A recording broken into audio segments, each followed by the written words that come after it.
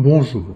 Au cours de cette deuxième partie concernant la notion de conteneur, nous allons réaliser un exercice en créant les calques images et texte et en les intégrant ensuite dans un conteneur. Cliquez sur le bouton plus pour créer un nouveau montage. Ne pas enregistrer le montage précédent. Cliquez sur le bouton horloge afin d'ajuster la durée du montage. Tapez la valeur 12 dans la zone correspondante et cliquez sur un de ces trois boutons. Remplacez le texte Bluff Titler par Atelier, Audio, Visuel de Linard. Puis décochez l'option Visible.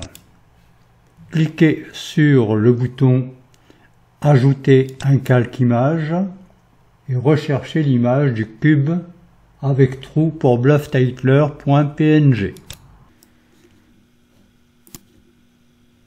Puis cliquez sur Ouvrir. Dans la zone de style 1, remplacez plan par cube. Choisissez la propriété rotation. Faites tourner en utilisant les trois curseurs pour bien vérifier qu'il s'agit d'un cube et qu'il tourne sur son axe central.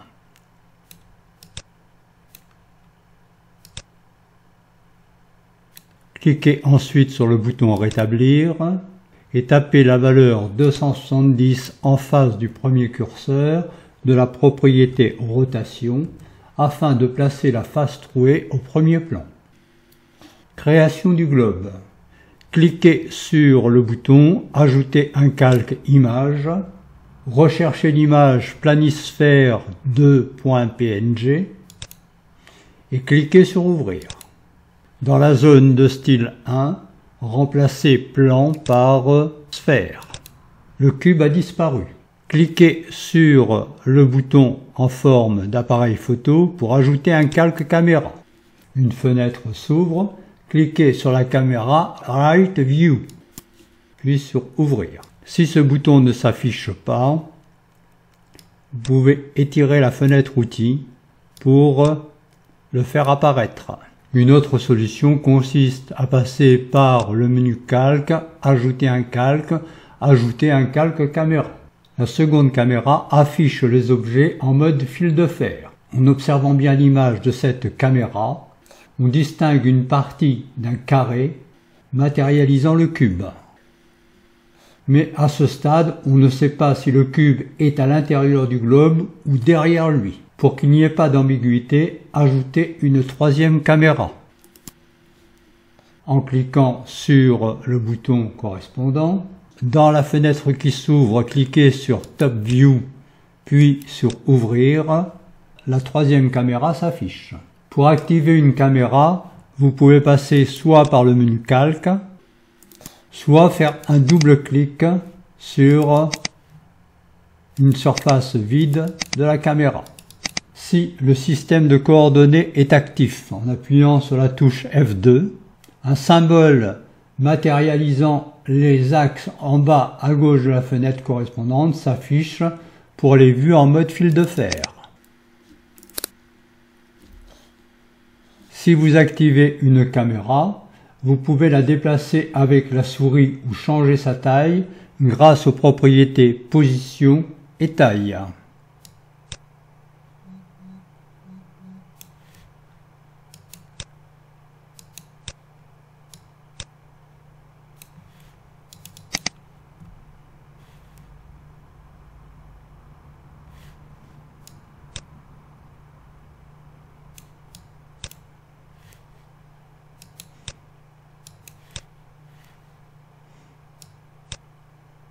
En observant l'écran, on peut affirmer que le cube se situe à l'intérieur du globe.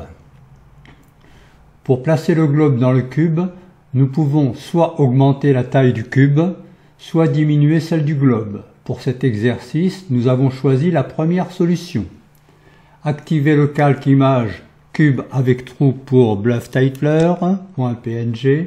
Choisissez la propriété taille Maintenez la touche CTRL et agissez sur le premier curseur pour régler la valeur des 3 curseurs à 2 environ.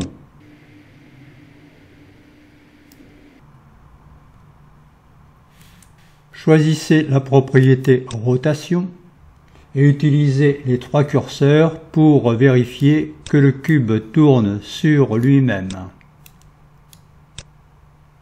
À la fin de la manipulation, cliquez sur le bouton Rétablir et tapez la valeur 270 en face du premier curseur. Rotation du globe. Activez le calque image planisphère 2.png. Normalement, une clé est affichée au début du montage. Si ce n'est pas le cas, vérifiez que le curseur de la timeline se situe au début du montage. Cliquez sur le bouton pour créer une clé, puis sur le bouton en forme de double triangle pour placer le curseur de la timeline à la fin du montage. Choisissez la propriété rotation et tapez -720 en face du premier curseur, afin que le globe effectue 2 tours pendant les 12 secondes. Lancez la lecture en cliquant sur le bouton correspondant pour vérifier le résultat.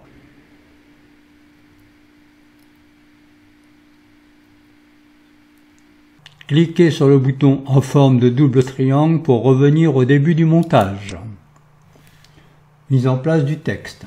Activez le calque texte Atelier audiovisuel de Linard et rendez-le visible. Activez la propriété taille du texte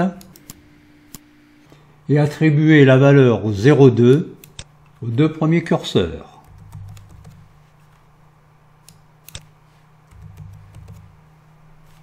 Activez la propriété position du texte et déplacez le 3e curseur afin de le positionner sur la face avec le trou.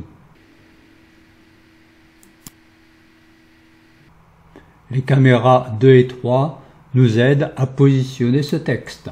Vous pouvez utiliser les flèches du clavier pour régler finement la position du texte. Activez la propriété couleur. Déplacez le 2e curseur de cette propriété pour obtenir la couleur magenta.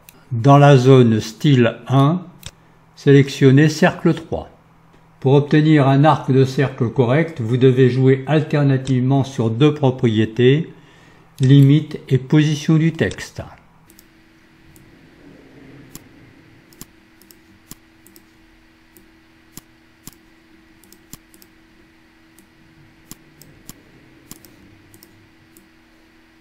Le texte est placé à l'envers, en bas du trou. Activez la propriété rotation du texte et tapez la valeur 180 en face du 3e curseur. Ajustez si nécessaire la position du texte par rapport au trou. Placement des objets dans le conteneur. Pour rendre les objets solidaires, une solution consiste à les inclure dans le conteneur. Cliquez sur le bouton correspondant, ajouter un calque conteneur. Sélectionnez le calque cube avec trou pour Bluff Titler. Puis dans le menu calque, choisissez joindre un calque, joindre le calque actif à un conteneur. Le cube disparaît, mais on le récupérera plus tard. Recommencez cette opération pour joindre le calque texte.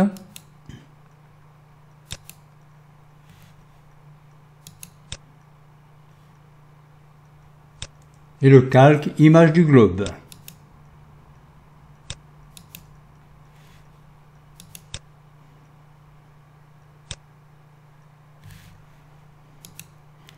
Les 3 objets sont à l'intérieur du conteneur. Activez le calque conteneur, essayez de déplacer les objets et de les faire tourner. On constate que le système des coordonnées du conteneur a été décalé et lors des mouvements des objets, on n'obtient pas le résultat escompté. Cliquez sur le bouton Rétablir. Après le changement de position mais aussi de rotation, afin de revenir à l'état précédent. Correction de la position du cube. Activez le calque image cube avec trou pour Bluff Titler et sélectionnez la propriété position. Tapez la valeur 0 en face du troisième curseur. Le globe a disparu et le texte aussi. Correction de la position du globe. Activez le calque image planisphère 2.png. Sur ce calque, nous avons posé deux clés afin que le globe effectue deux tours. Vous devez donc cocher l'option toutes les clés afin que le changement de position s'effectue sur les deux clés. Sélectionnez la propriété position et tapez la valeur 0 en face du troisième curseur. Le globe retrouve sa taille initiale. Apparition du texte. Activez le calque texte, atelier audiovisuel de l'INAR. Choisissez la propriété position du texte et déplacez le troisième curseur de cette propriété vers la gauche. Le texte apparaît. Faites-le glisser sur la face avant du cube. Aidez-vous des caméras 2 et 3 pour un positionnement correct. Utilisez les flèches du clavier pour un réglage fin. Activez le calque conteneur pour vérifier le fonctionnement. Effectuez des déplacements, des rotations, des changements de taille. Concernant cette propriété, pour changer la taille, maintenez la touche CTRL et déplacez le premier curseur.